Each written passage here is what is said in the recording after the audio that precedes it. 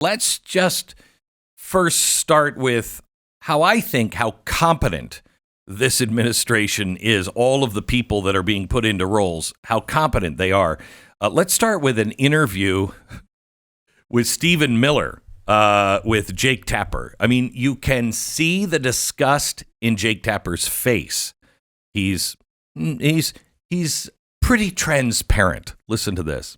How does President Trump make sure that the effort to deport people who are not in this country legally doesn't end up hurting Americans who want safe borders, absolutely, but also don't want to see even more higher prices in groceries?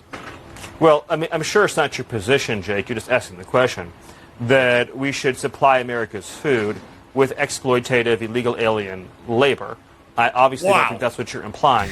Only 1% of alien workers in the entire country work in agriculture. The top destination for illegal aliens are large cities like New York, like Los Angeles, and small industrial towns, of course, all across the heartland, as we've seen with the Biden flights. Mm-hmm. None of those illegal aliens are doing farm work. Those 30,000 illegal aliens that Joe Biden dumped into Springfield. I'm talking about the ones that are. But I'm explaining this. It's important to understand. No, you're kind of changing the subject. I mean, I'm talking about. Is he changing the subject? Give me 30 minutes. I'll go as deep as you want to this. We don't have 30 minutes. I don't have a third. I'm talking about the ones that work in the agriculture industry. You can come back and we can talk about the ones in the cities. I swear. I'll do the whole answer. The illegal aliens that Joe Biden brought into our country are not full stop doing farm work. They are not. The illegal aliens he brought in from Venezuela, from Haiti, from Nicaragua, they are not doing farm work. They are in our cities collecting welfare. As for the farmers, there is a guest worker program that President Trump supports. Over time as well, we will transition into automation, so we'll never have to have this conversation ever again. But there's no universe in which this nation is going to allow the previous president to flood our nation with millions and millions of illegal aliens who just get to stay here. I think that is a totally reasonable answer, and I really think that we should start asking people about farm labor and cheap labor, and they're using that as a defense. Oh, I'm sorry, I didn't realize we were in the 1850s again. Okay, so you have no problem with exploiting people as long as they're out picking your food.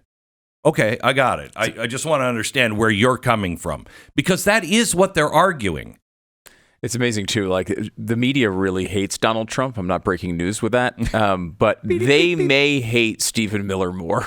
They can't stand him. Yeah. And, I will say, you might not agree with Stephen Miller's opinion on these things.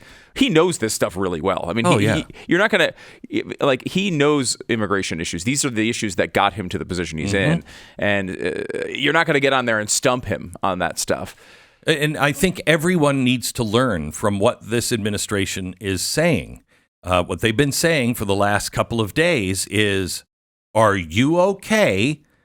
I just want to be on the record with you.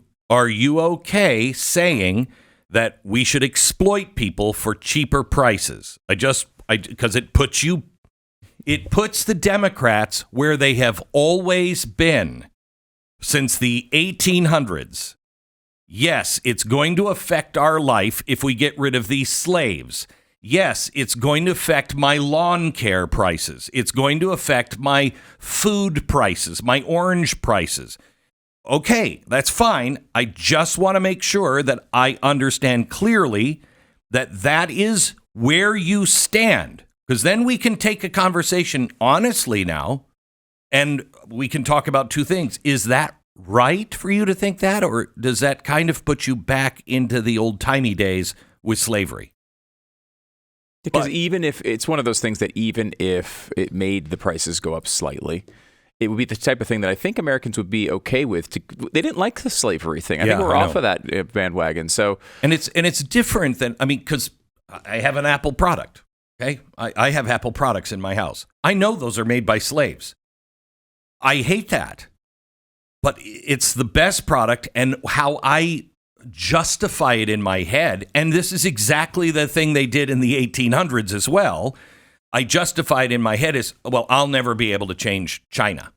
I'm not going to change China, and we're working to change China in any way we can.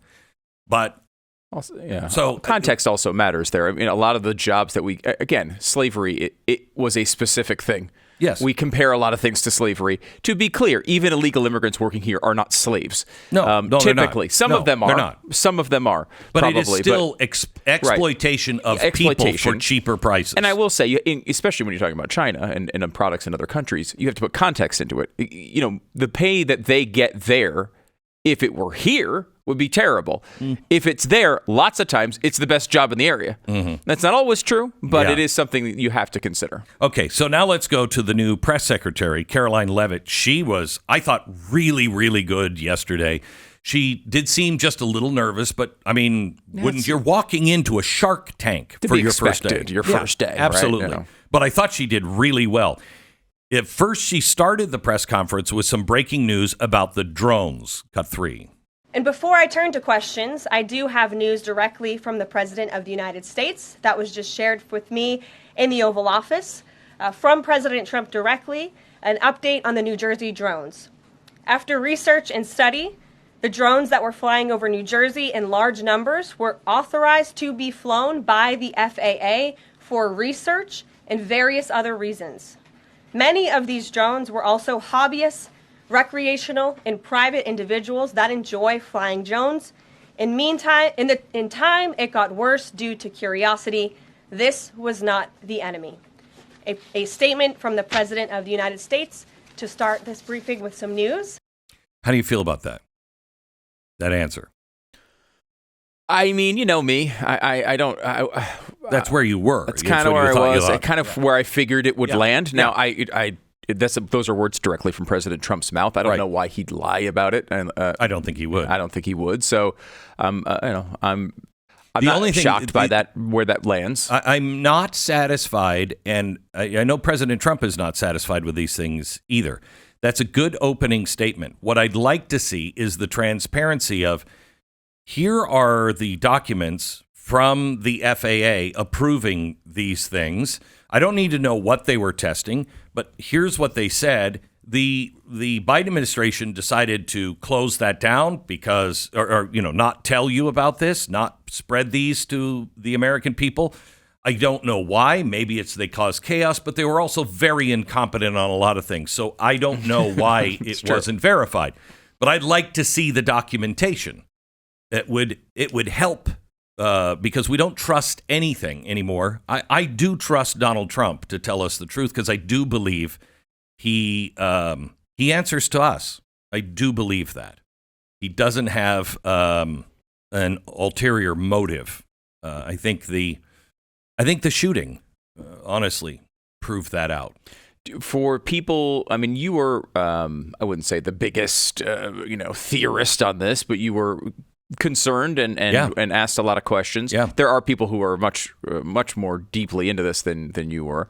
What's the reaction from that side? Do they buy that? I mean, a lot of them like Trump, so they might. I think here's where I would go in my mind is, Trump is saying that because of national security. Okay. You can't say anything else. You know what I mean? Yeah, I think you will go down a road, and that's why I say I would like to see the documentation. Just show me the documentation so we can just write these things off. We're talking to Comer in next hour, and it's the same kind of thing. I don't care if people are arrested anymore.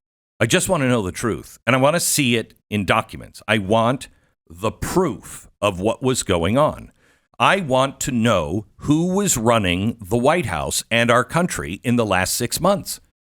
Yeah, I think that is on that. Really important. Huge one. Yeah. It's like we have these big things and we just kind of stop. Yeah. Like there's some news on this that broke the other day, but the lab leak COVID situation. Yeah. Like just China just gets away with this. Is that how this works? Like 25 million people died in the world, and we're just going to be like, oh man, remember that whole story about the pangolins?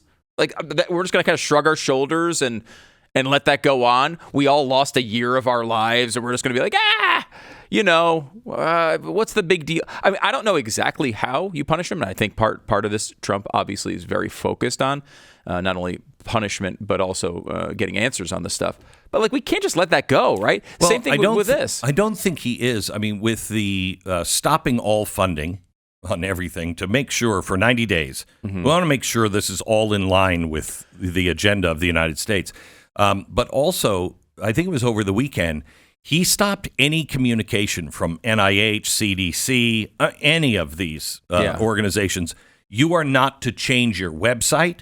You are not to make any statements on, hey, we just did a research study. This is nothing. You do nothing until we get a handle on what's really going on. Yeah. And I think that's really good. Yeah, I'm not saying that wasn't a Trump criticism. I know. It's a society criticism. Like, we do tend to just move on from this stuff.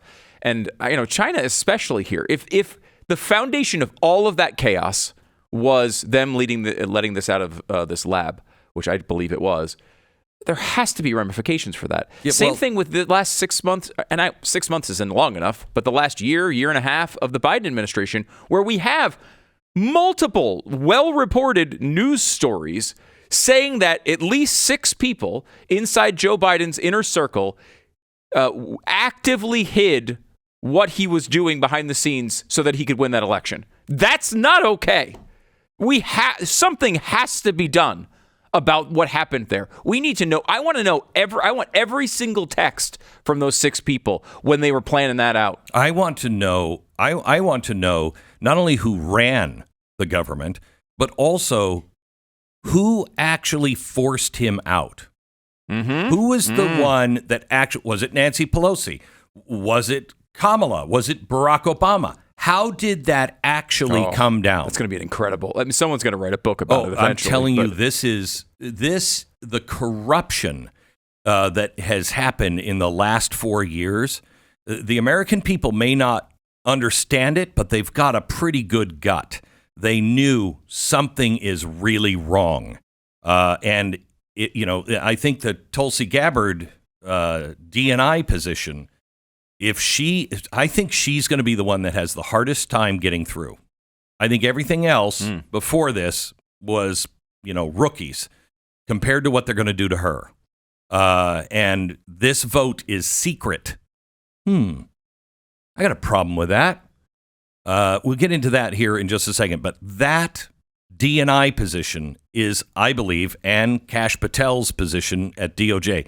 Those are 2 of the most important, or FBI, the 2 of the most important positions, because you'll be able to see, and they can unlock doors.